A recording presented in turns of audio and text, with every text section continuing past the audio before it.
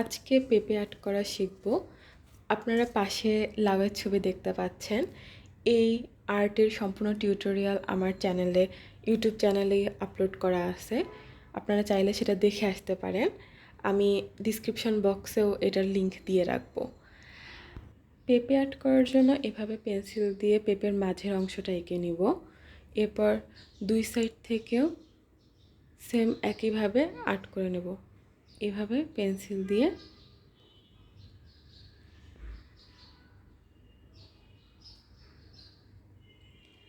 পেঁপের উপরটা যেহেতু চিকন হয় আবার নিচের দিকে এসে একটু মোটা হয়, ওইভাবে এঁকে নিচ্ছি।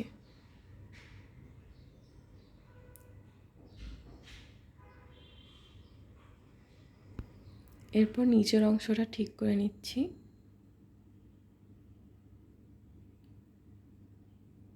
নিচের অংশটা এভাবে ঠিক করে নিলাম।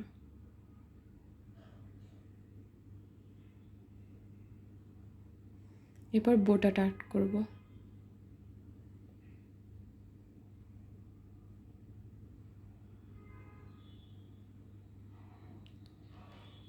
রং করার সময় সবুজ, গাঢ় সবুজ আর হালকা সবুজ এই দুইটা কালার দিয়ে রং করে নেব।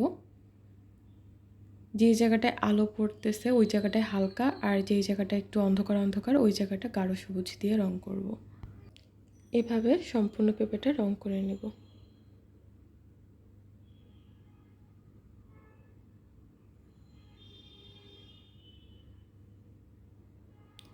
কর্নারগুলো সাবধানে রং করা লাগবে। বুটাটাও সবুজ রং দিয়ে নিচ্ছি। কর্নারগুলো খুবই সাবধানে রং করতে হবে,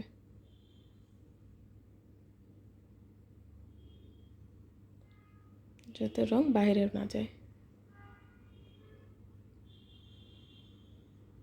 এরপর কালো কালার দিয়ে চিকন তুলি ব্যবহার করব। আমি চিকন তুলি দিয়ে আমি আবার ওই শেপে আবার আর্ট করে নেব। শুরুতে যেভাবে আর্ট করেছিলাম পেঁপেটা, সেটাই আবার আর্ট করে নেব কালো রঙের সাহায্যে। এভাবে খুবই চিকন তুলি ব্যবহার করতে হবে, মোটা তুলি ব্যবহার করা যাবে না। আমাদের আর্টটা শেষ হয়ে গেল।